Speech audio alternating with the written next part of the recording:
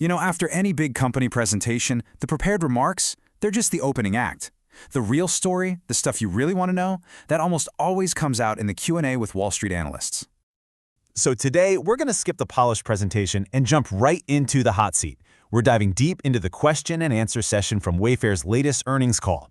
We're going to break down what analysts were really pushing them on and how Wayfair's leaders reveal their game plan for the future. All right, let's get into it.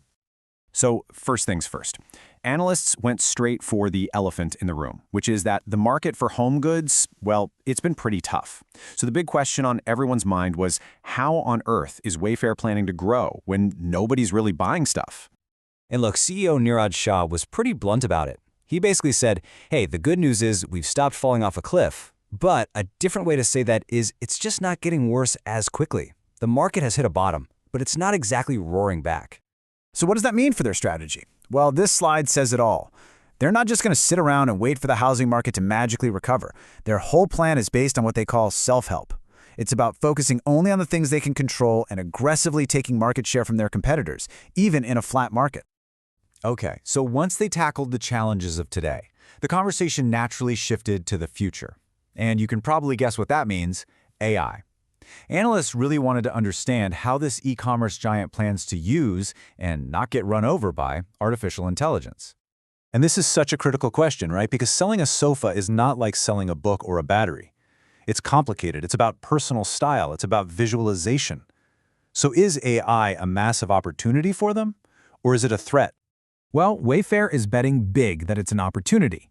They see the future of online shopping becoming what they call agentic. So instead of you just typing blue sofa into a search bar, an AI agent will act like your personal shopper, understanding your style and your space to find that perfect piece for you.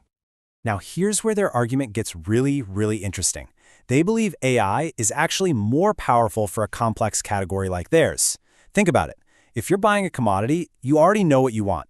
But for furniture, AI can help with inspiration, with discovery, with visualizing it in your room. It can solve a much bigger problem for the customer. But just to keep everyone grounded, the CEO used this great baseball analogy. He said, yeah, we think we're ahead of most people, but honestly, in the grand scheme of what AI can do, we are still in the very, very first inning. The game is just getting started. Okay, so you've got a plan for a tough market. You've got a vision for AI. But Wall Street analysts, their job is to ask, show me the money. How is all this cool stuff actually going to lead to real, sustainable profits? And time again, the leadership team brought the conversation back to this one metric: contribution margin. Simply put, this is the profit they make on a sale after you strip out all the direct costs of making that sale happen, like advertising and customer service. This is the financial engine of their entire business. And here's the subtle but brilliant part of their philosophy. They're not obsessed with hitting a certain margin percentage. They are obsessed with maximizing the total number of margin dollars. That means they might drop prices to sell more, as long as their advertising gets so efficient that the total profit dollars coming in actually go up. It's all about the total cash, not the rate. So when you boil it all down, their playbook is actually pretty simple. Step 1, maximize those contribution margin dollars. Step 2, keep your fixed costs, like salaries and rent, from growing out of control. And if you do those two things, step 3 just happens.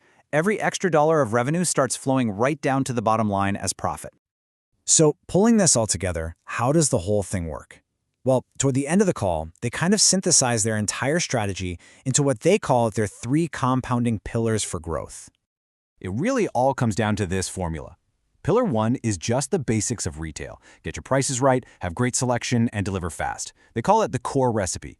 Pillar 2 is about adding new things on top, like physical stores. And Pillar 3, that's the turbocharger, using their giant tech team to make everything else better and faster. Now, this right here, this might have been the most important piece of news in the whole call. They revealed that a massive multi-year project to rebuild their entire tech platform is finally done. For years, their tech team has been bogged down with this. Now, they're free to innovate and launch new stuff much faster. It's like taking the brakes off. And so that brings our whole explainer to a close. And it leaves us with this one big question to think about. In a future where AI can find you anything from anywhere on the internet, does a specialized brand that you trust, one that can help you cut through all that noise, does that actually become more valuable than ever before? That's the billion-dollar question, and it's the bet that Wayfair is making.